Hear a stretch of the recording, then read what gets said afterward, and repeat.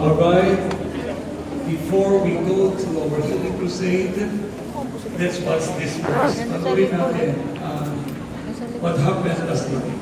Okay, let's watch this.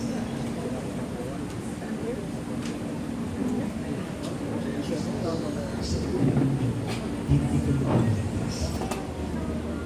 Pag pinaniniwala nyo na nasa Jesus ang pinapagligtas, ngunit hindi ko siya pinatanggap, na nakapagligtas na ang buhay ninyo, hindi ko rin kayo maniligtas. Kung isusuko mo ang nagawang kasalanan, siya tapat ba na napatatawarin ka at lililisik ka niya sa laking balikuan sa pagkatsya ng tuloy.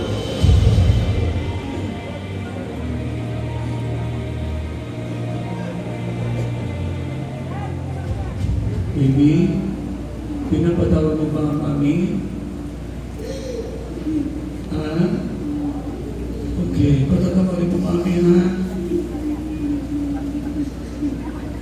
Pati yung lola mo na nag-joke, na nagtulak para ikaw ipatayin. Patawarin mo yung lola ha? Baby ha? Okay. Oh baby, sabi mo, Jesus, pinapatawad ko ang mami ko. Pinapatawad ko na rin yung lola ko. Ang masama ko galing. Mami, pinapatawad na kita. Pinapatawad na kita. Jesus, linisin mo po ako na maraming tugo sa oras na ito. Jesus, kung puso kitang tinatanggap bilang nagpagligtas ng buhay ko, iligtas niyo po ako. Salamat po, Panginoon Jesus. Amen. Baby, tinato mo si Jesus? Buong puso? Anong nakikita mo ngayon? Okay, ano sabi ng Jesus sa'yo, baby? Okay, kasama ka kay Jesus? Okay. Ngayon, ikaw yung lagi nagpapakita kay mami? Mahal si mami? Okay, ang karta po niya ay sa pong bata na inabort dahil po doon po sa kanyang biyanan. Akala ng maraming tao, kapag inabort ang isang bata ay baliwala. No, hindi po namamatay ang kaluluwa. Kundi ito po ay mananatiling buhay ang kaluluwa. Katawan na lang nasira. At dahil po doon, nagpapakita siya lagi sa kanyang mother. Baby, may pangalan ka na? Ano ka, lalaki, babae? Babae. Bibigyan ka ng pangalan ng anak ka? Baby ha? Okay, ang pangalan mo ay Charmaine. Ano pangalan mo? Gusto mo yun, baby? Okay. So, ngayon, baby, sasama ka na kay Jesus, okay?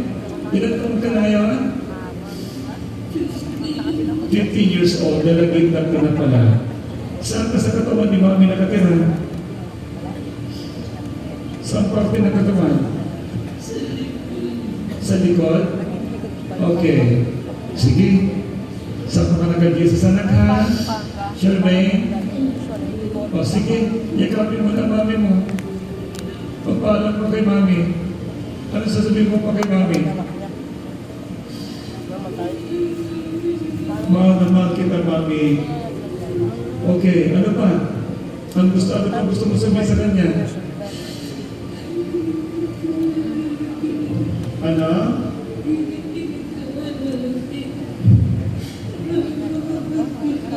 Okay. O sige, wala nang galit ha?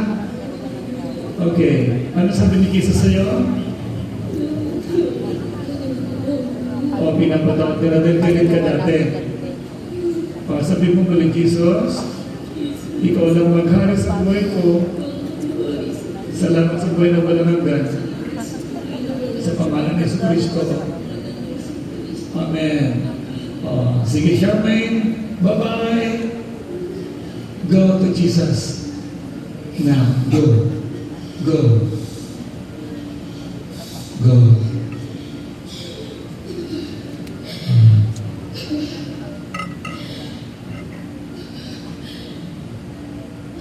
Oh. Oh.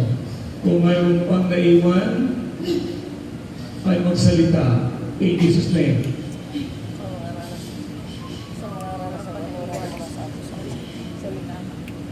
Oh, mayroon ka dyan? Sino ka naman? Sino ka naman? Ha?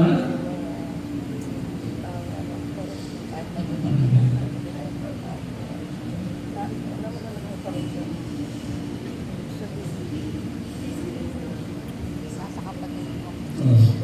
Yeselin, ayos ka na? Sa Jesus. I love Jesus. Okay, sabihin mo, Lord, hinihanto ko sa iyo ang aking anak na si Charmaine. Salamat po sa buhay na walang ka na binigay mo sa anak ko.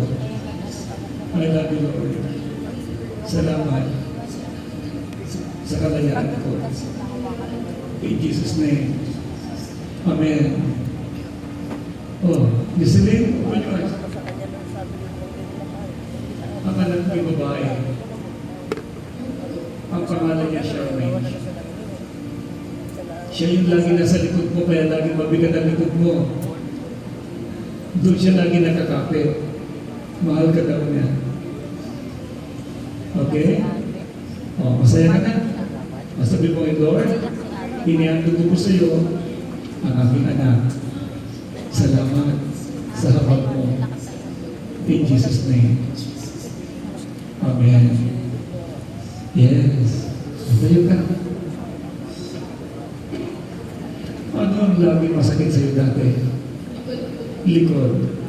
Ang anak mo, laging 15 years old na siya nakakapit sa iyo. Kaya habang tumatagal, pabigat na pabigat. Yun. Pero yun, tingnan mo. Gawin mo, hindi mo nagagawa dati. Ayaw niya na nung luta siya. Sabi ko, hindi na ko na. Oh, sige. Yung hindi mo nagagawa, gawin mo. Sabi na, nagdadap na tayo ng anak. Ah, Hindi anak pa rin yun. Sige, sama ka na rin. Kung ano, dahil pa siya paniniwala sa mga. oh, yung likod mo.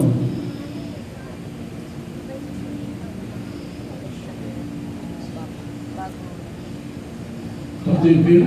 Ay, hindi, walang nakalagay. Maganda. Pag may nakalagay na, Yan, wala na. Yun nakasabit sa iyong bata. Na kay Lord na. Amen? Gumaling ka, naligtas pa ang iyong anak. Amen. Magpatuloy ka kay Jesus anak. Okay? Okay, umatatin ka ng fellowship. Saan ka ba nag-church?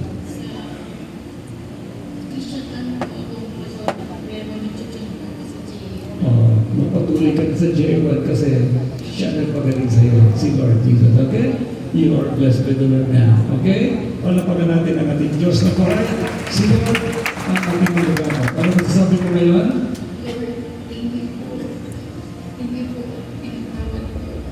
Yan. Naligtas ng anak mo, pinatawag ka ng Diyos. Amen? Oh, yay! God bless you. Praise the Lord. Palapagan natin ang Panginoon.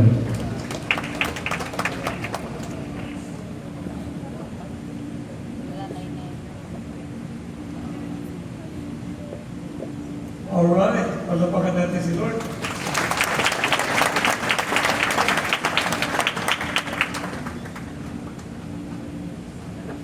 Let's all declare Luke 4:18 and 19. The Spirit of the Lord is upon me, because He has anointed me to preach the gospel to the poor. He has sent me to heal the brokenhearted, to preach deliverance to the captives and recovering of sight to the blind, to set at liberty them that are bruised, and to proclaim the acceptable year of the Lord. Our God is Jesus, the little one, the miracle working God. Amen. Palapagan natin si Lord. Good evening to everyone. Ang Diyos ay mabuti. Amen? Okay. Sino po sa kaunaw ng pagkakataon ay ngayon lang nakarating po dito? Invite na po kayo ng mga kaibigan niyo. Raise your hands, please. Yes, welcome. Welcome. Welcome po kayo. Welcome to the J.M. family. Welcome. Welcome. Praise the Lord. Okay. Bago po namin kayo pag-pray, sino pong gusto pumunta dito na gusto po makaranas ng kalayaan? Raise your hand. Okay, walang may gusto. Sino gusto ng kagalingan? Maraming palang may gusto ng kagalingan. Okay. Sino naniniwala sa inyo dito na si Jesus Christ lang ang tunay na manggagamot? Okay, hindi po kami ha. Ngayon, sa Bible, ito ang sinasabi niya sa aklat ng James, chapter 5, beginning verse 1, chapter 5, beginning verse 14, up to 16. Yeah.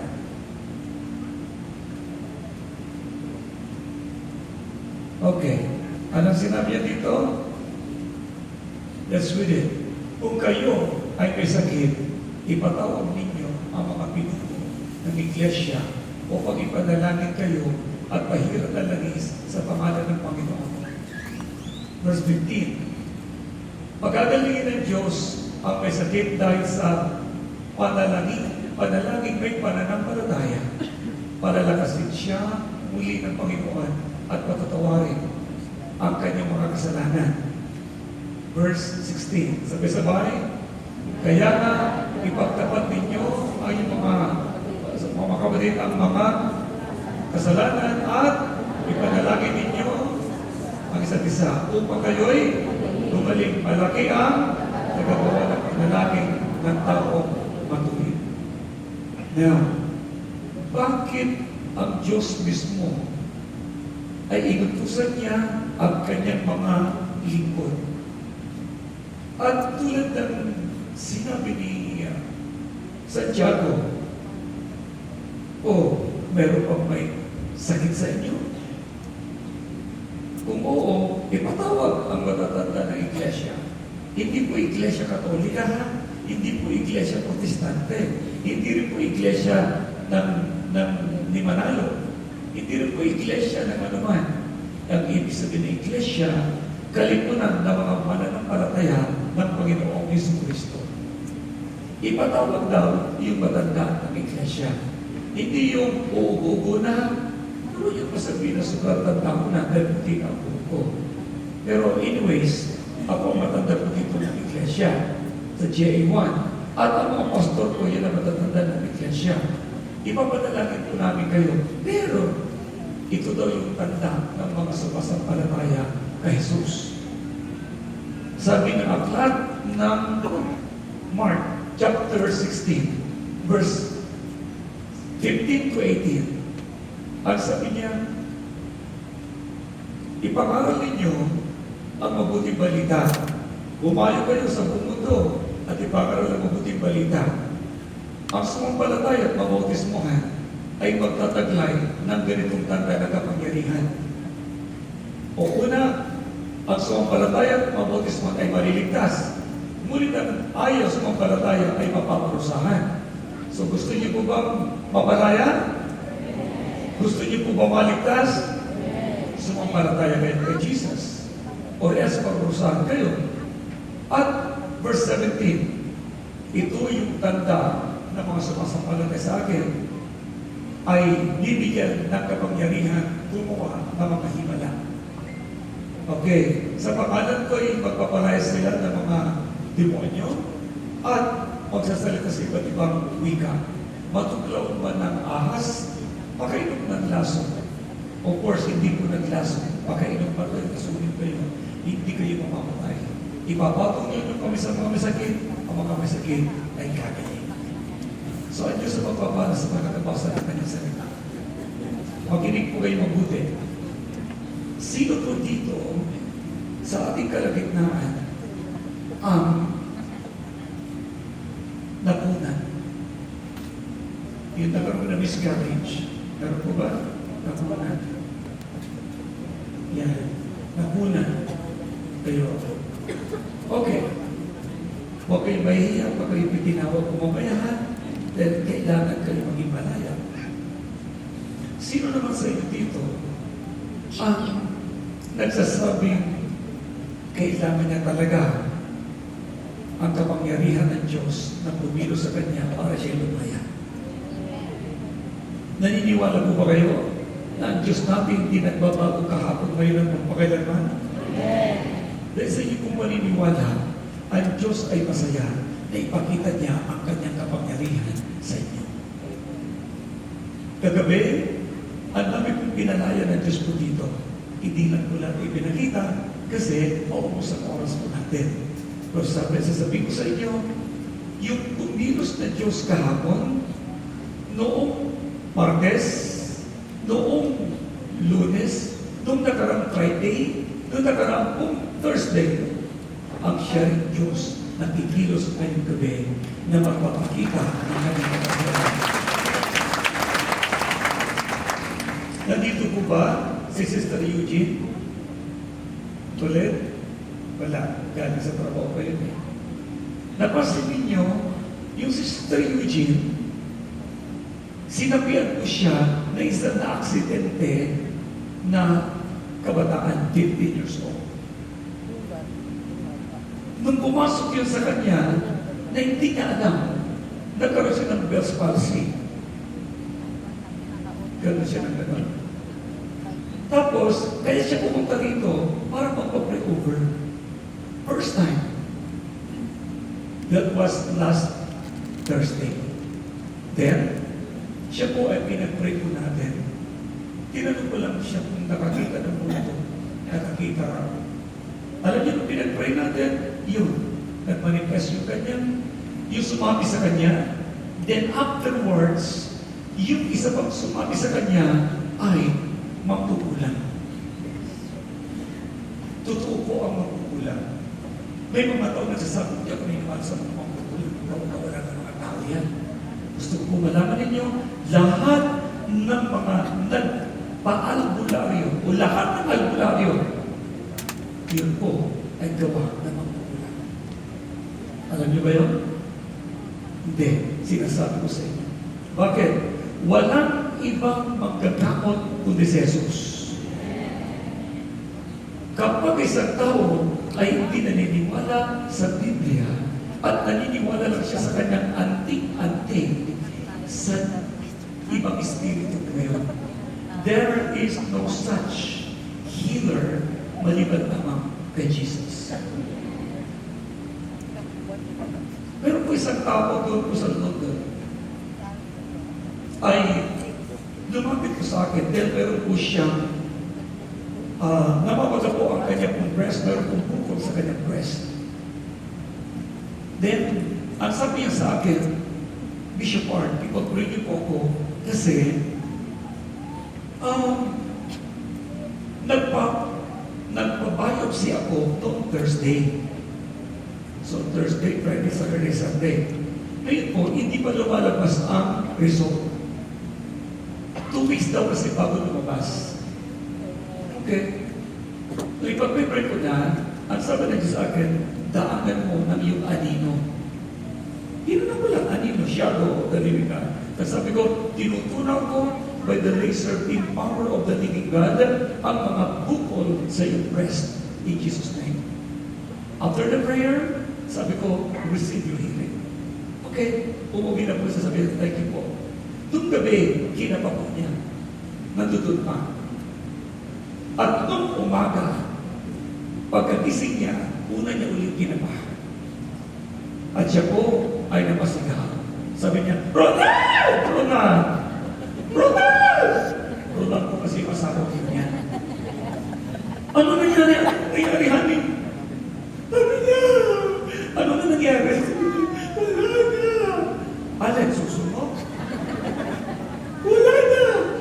So wala na. Kinapa po, praise God, na wala na yung buko. Instant. Then,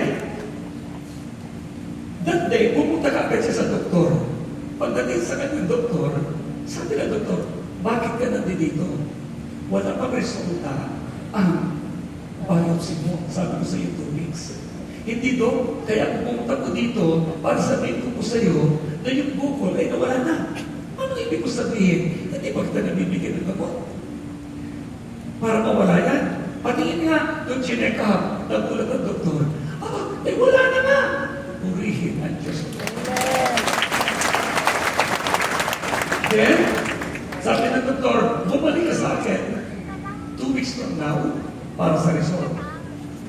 Bumalik, binasa ang result, nagulat ang doktor, wala din po siyang sakit karamdaman. Ito pa patindi, pinabalik ulit after a month, which is January, para i-check up ulit. Ang sabi ng doktor sa kanya, I don't want to see your face anymore. You are completely dismissed. Say hallelujah. Everybody say, my God is alive. Taas mo ang kamay ko. Ang kamay na ito ay magpapagaling na mga may sakit sa pangalan ni Jesus. Amen. Okay. Now, ipapakita ko namin sa inyo kung paano ang Diyos ay magpagaling. Pero, ang pwede lang niyang pagalingin ay yung may pananampalataya. Sino ang may pananampalataya? Because you have faith in the Lord, therefore, you must have confidence in your heart that tonight is the day of your healing and the day of your deliverance. Amen. Praise God. At ito pa matindi. Ito pa palang kamay natin na ito. May isa pa ako. Ito'y powerful. Bakit? Ang utos, ipapakaw mo ang iyong kamay sa mga may sakit. Sa pangalan ni Jesus, gagaling ang may sakit. O di powerful siya. Kasi pag ako'y nagpipray, Bishop, hindi ko maintindihan. Una, hindi naman ikaw magagamot. Kundi si ang gagawin mo lang naman, ipapatong ang pagkain mo sa mga may sakit. At ikaw din naman na nagpipray, manampalataya din. Baka naman iniisip mo pag nagpray, bakit hindi ito gagaling? Sa tingin ko lamang talaga na kung hindi gagaling eh. Hindi mo ka na mag-pray. Pero I believe in Jesus' name, the Lord will set you free. This is my belief. Okay, now, meron po isang pastor doon po sa UK. Hindi po makapagtrabaho. Dahil po, sa loob ng for 2 weeks, meron siyang pain dito, hindi siya makatayo. Kaya gusto lagi nag-opo din ang sakit. All the pain relievers ay ininom na niya. Pero, lalo po pinalubha. Nung nabalitaan ko yun, pinuntahan ko po siya at pinag-pray. Makinig kayo, tinanong ko lang po siya. My question is this, mayroon ka bang gustong ipagtapat sa akin? At sabi niya sa akin, biglang lumuha, mayroon po, naalala ko, when I was in college, I have a girlfriend, and we fall into immorality, and my girlfriend get pregnant, nabuntis ko. So we keep hiding all of those because of fear that our parents will gonna kill us, or they will tell us to stop in our study. So, because of that, we keep hiding it until she reached 5 years, 5 months, and we could not hide anymore because it's already big. What we did, We went to the abortionist pa sila sa nag-abort. and asked to abort our baby. So what the abortionist did, they keep on pushing the baby and did a lot of stuff. After an hour, lumabas yung baby. May baby come out. Inilagay sa palanggana, nagpipitiwas. Naawa ako, gusto ko ibalik yung baby ko. After few minutes, he stopped. But he looked at my eyes. Then I said, oh, did you ask forgiveness to your baby? No, I asked forgiveness to the Lord. Come on, ask forgiveness now to your baby whom you killed. Humingi ng tawad ngayon. Alam niyo, paghingi niya ng tawad, the baby begin to manifest. I said, do you forgive your dad? He asked forgiveness. Yes. Okay, forgive your dad now. Dad, I forgive you. Then I lead this boy, this spirit of this boy to accept Jesus. Then he accepted it. After that, he saw the light. And the Lord is calling him. And I said, do you have a name? No. I'll give you a name. Michael. Your name is Michael. Oh, thank you. My name is Michael. To cut the story short, pag alis nung baby, nagpaalam sa kanyang daddy, he said, Daddy, I love you so much. Well, you're not angry with your dad because he pitied me. Yeah, I feel that he loves me. Okay. You may go now. By the way, how old are you? 17 years old. And I'm taller than my dad. That's what he said. Okay. So birthday is staying at your dad's body. Saan ka nakatira sa katawan ng daddy mo? Doon sa likod. Nakaganda daw siya. So but this got short. Pag alis nung bata, uri ng Diyos, he was completely healed. Tumayo na po siya at naging normal na ang kanya po sa buhay. Makinig din mo. Sino ba sa inyo ang nagkaroon ng miscarriage? Ito ang gabi ng kalayaan ninyo. Amen? Oo, hindi ko kayo sinisisi kung kayo ay nagkaroon ng miscarriage. Hindi rin ko kayo sinusisi kung kayo ay nag-abort. Pero gusto ko malaman ninyo, lahat yun ay kasalanan. At gusto ng Diyos na kayo ay mag-repent. You understand? Bakit? Tinatay mo yung baby mo. Tapos sasabihin ninyo, kayo ay okay? Kalimitan sa mga boyfriend na nagkaroon ng tinatawag na immorality at nagbuntis at pinalaglag ang baby, 99% hindi kayo magkakatuluyan. Why? Because of that baby, pag-aawayin kayo. Makinig mo po din. Ngayon ako mag-preach ng ganito rito. Another thing, kapag kayo ay mag-asawa, nag-abort kayo, ang tendency, lagi kayong pag-aawayin no mismo kaluluwa ng anak niyo. Kaya halos maghiwalay kayo at hindi na kayo magiging masaya sa tahanan. Gusto ng Diyos na lahat kayo ay maging malaya, masayang buhay.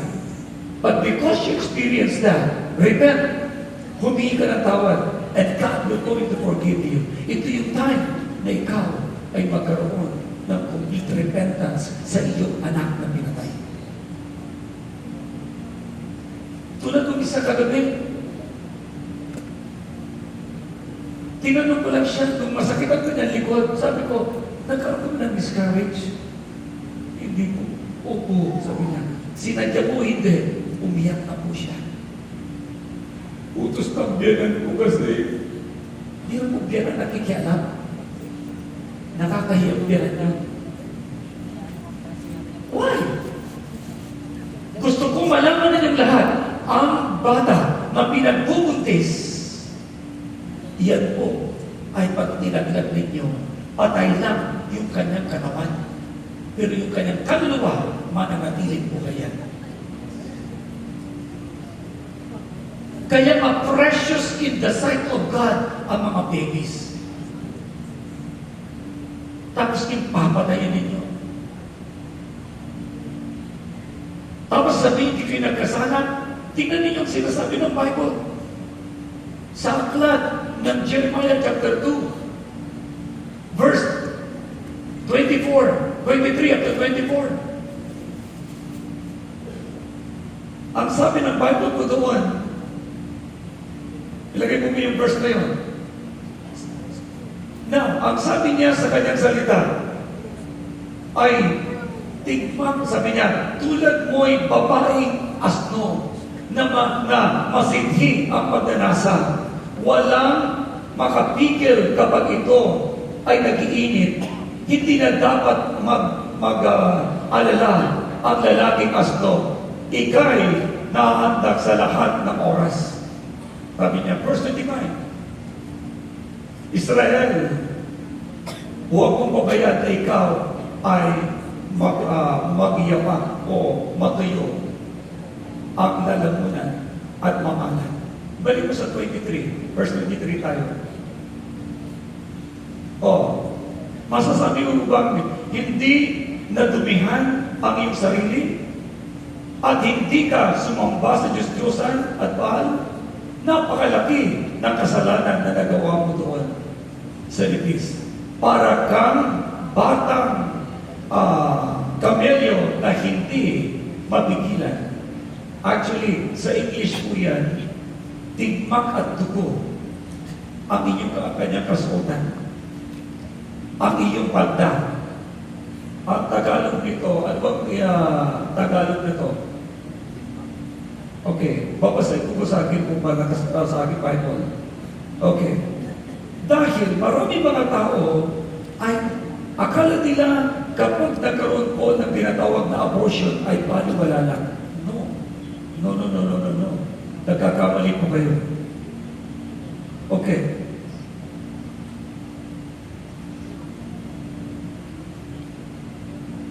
Okay.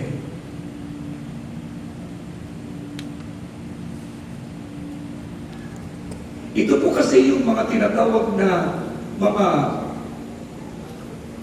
namumuhay sa tinatawag na babaeng patutot. Alam niyo po yung babaeng patutot? Kaya tulad mo isang babaeng asno na masidhi ang pagdanasa. Pero sa ibang translation po yan, sa King James Version ng Tagalog, ay tigmak at dugo ang iyong kasuotan. Tingnan nyo, sabi niya, ang kasuotan mo ay tigmak ng dugo, ng dukha at walang malay. Sa dugo ng taong kailan pa hindi pumasok sa iyong tahanan kasi talaglag na yung baby. Subalit, sa kabila ng lahat ng ito, sinasabi mo, wala akong kasalanan. Hindi galit sa akin si Yahweh. Ngunit ako si Yahweh ang magpaparusa sa iyo sapagkat sinasabi mo, hindi ka nagkasala. Balikan mo muli yung verse 34. 34. Yan. Kaya pala sinabing tigmak ng dugo. Ang kasuotan mo ay tigmak sa dugo ng dukha na walang sala o walang malay. Kasi ibig sabihin, patay na bata, walang kasalanan, inosente, nilaglag mo. Kaya ito'y nakita ngayon sa iyong palda. Alam niyo noon, noong unang panahon, walang napkins, walang pasador. Kaya yung mga babae, pag sila may nire-regla ngayon, iikutin lang po yung palda.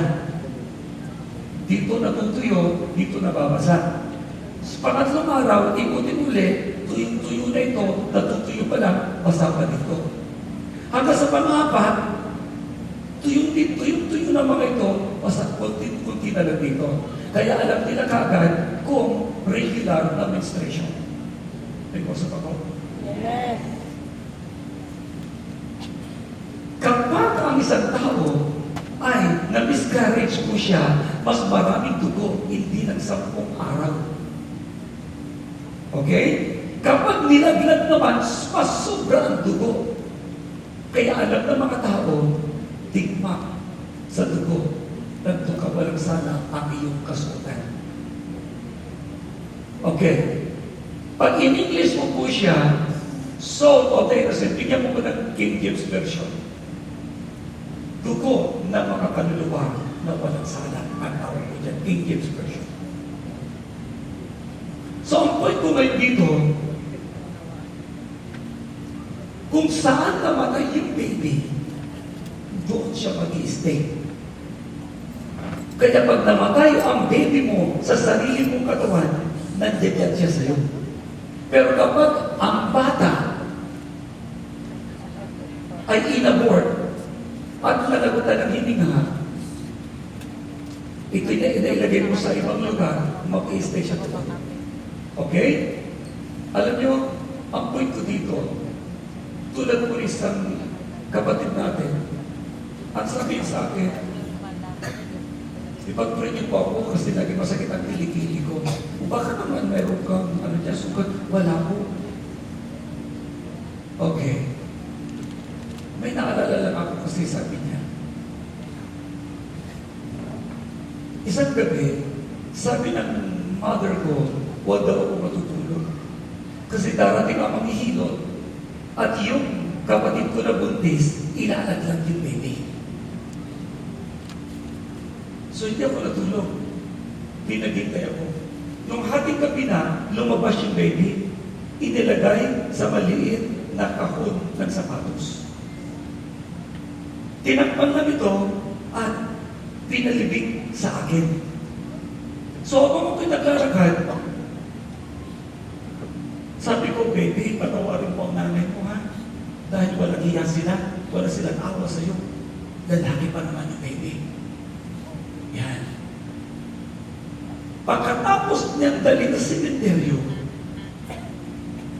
pag-uwi niya, mabigat na ito sa kanya. Hanggang sa siya ay laging nababagay ng bigat na yun. Hanggang nakarating sa doktor. Doon niya sinabi sa akin, alam niyo, pinag-pray ko, yung baby, kaluluwa ng kanyang pamangkin ang nasa kanya. Ang sabi niya, Uncle!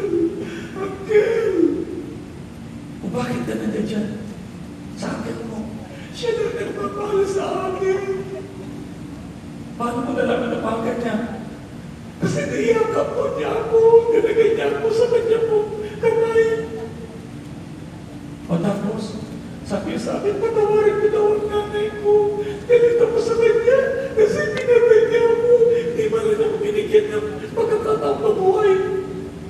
Alam niyo, sabi ko sa baby, patawarin mo na mami mo. Maski mo walang hiya siya. Tanggapin mo na lang si Jesus sa buhay mo para maligtas ka. Alam niyo, na patawad siya. Tinanggap niya si Jesus. After that, nakita kagad ang iyong anak. Then tinawag na siya ng Panginoon. Right after na yung kaluluwa ay umalis, yung kapatid natin rin na lalaki, instantly nawala ang pagbigat ng kanyang buong kanilitan. Please, kung kayong lahat kabataan, please, huwag niyong ibibigay mga babae ang sarili sa mga boyfriend ninyo, ha? Kayong mga boyfriend, huwag niyong pagsasamantalahan ang girlfriend ninyo. Hindi po mahal na mahal ka niyan. Sasabihin mo, kung talaga mahal mo ako, ibigay mo ang bataan. Ano kahilo? Ibibigay mo lang ang buhay mo sa iyong mapapangasawa pag ikaw ay ikakasal na. O kaya kasal na. Maliwanag ba? Kung kita lang kausap ko dito. At kayo naman, na mga lalaki, huwag mong pagsasamantalahan ang girlfriend mo. Ikaw naman, babae, huwag ka mapaniwala sa boyfriend mo. Na kunwari mahal na mahal ka, pero gusto lang niya, ang aray mo. No. Gusto kong malaman ninyo. Pag kayo ay nagbuntisan, ang tendency nyo lagi, ilaglag ang baby dahil sa inyong kahihiyan. Don't ever do that. Kung mag-aasawa ka na rin at hindi ka papasok na rin sa immorality, mag-asawa ka na. Upang maging maayos ang buhay mo. Nagkaintindihan ba tayo? Ngayon, kayo na mga magulang dyan, hindi ko alam kung ilang beses kayo nagpalaglag. Hindi ko alam kung ano ang sakit karamdaman ninyo ngayon. Doon po, sa Cayman Islands, isang babae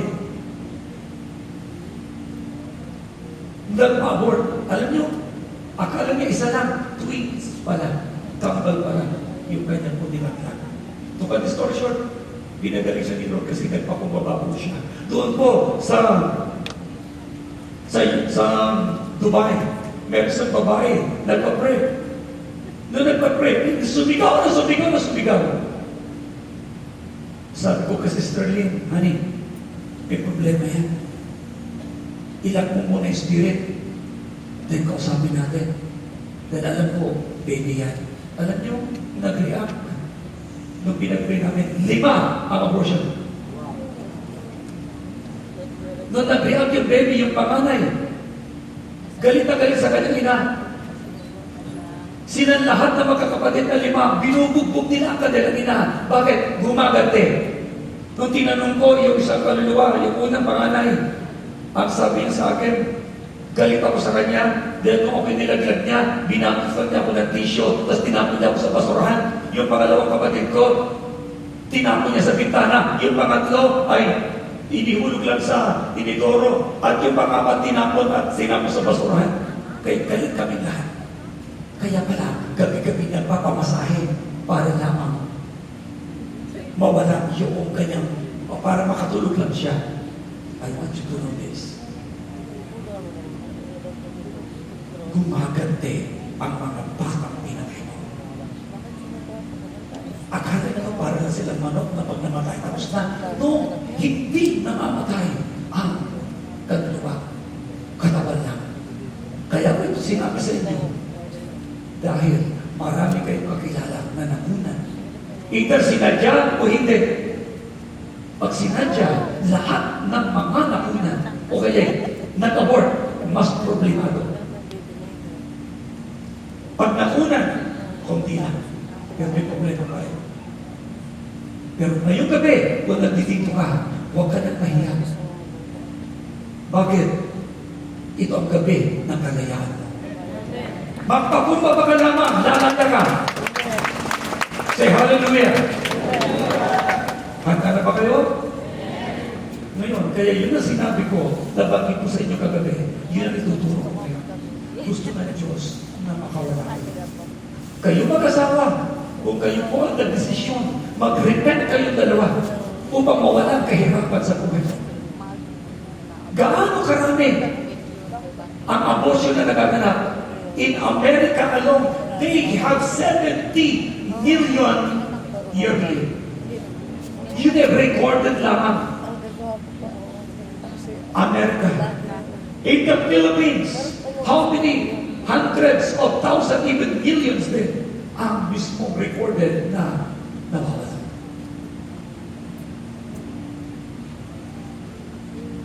Mga minamahal, huwag din kayo magtaka, mga kapatid, kung bakit minsan meron kayong asang bata. Na minsan, yung inabot nyo, lalaki, ang sumunod na anak ninyo, babae, sumasalit din yun minsan, kaya minsan may tumbuyin na anak.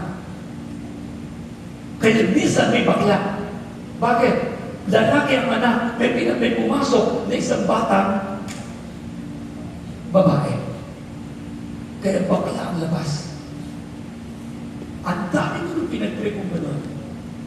Pero gusto kong malaman yung lahat ngayong gabi.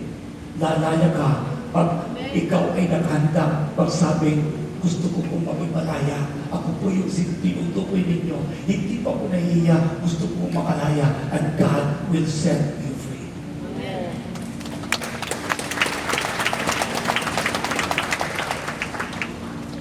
Ngayon, kung kayo pinadeliver sa namin ang patungkol po dyan, tapos na yun, hindi na kayo pwede pumunta po dito. Pero kung kayo po yung nakaranas po ng miscarriage, abortion, huwag kayong nahihiya. Ang tunay na pagsisisi may kalayaan. Amen. Ay paano siya kung ako yung tatay na nagsabi doon sa aking girlfriend, bilaglag mo yan. May pananagutan ka rin. Bakit? Pumatay ka. Sa Bible, ang pumatay ay dapat din mamatay. Pero, sa habag ng Diyos, humingi ka lang ng tawad sa Kanya. Maging sa pinatay mo, God will set you free. You understand? So this time, ibigay niyo ang buhay niyo sa Panginoon. Sino man po kayo, dito naman, kung ano man yung kalalagayan ninyo, hindi naman po yan dapat natin ilathala. Magpakumbaba lang po kayo. And tonight is the night of your freedom, of your salvation, of your healing and deliverance. Amen? Are you ready? Okay.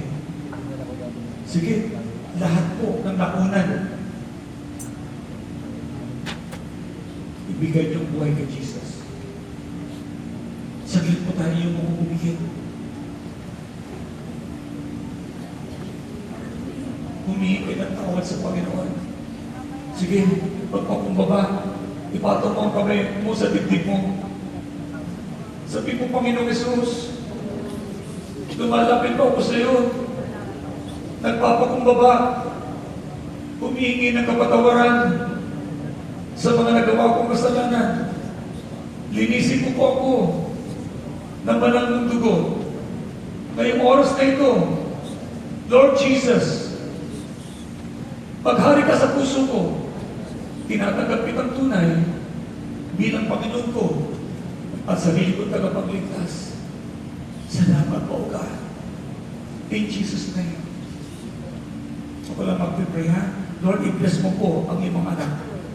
Tonight, Lord, you will set them free in the name of Jesus. In the name of Jesus Christ, the Son of the living God. Sige, lahat ng nakunan na miscarriage, come forward. Make it quick. Yan, stay there. Okay na yan. Lahat na nakunan. Huwag kayong mahiya. Hindi nyo sinasadya kung nakunan kayo. Pero kung kayo mismo naglaglab, huwag kayo mahiya. Ito yung araw na kayo ay makalaya na. Ushers, make it quick.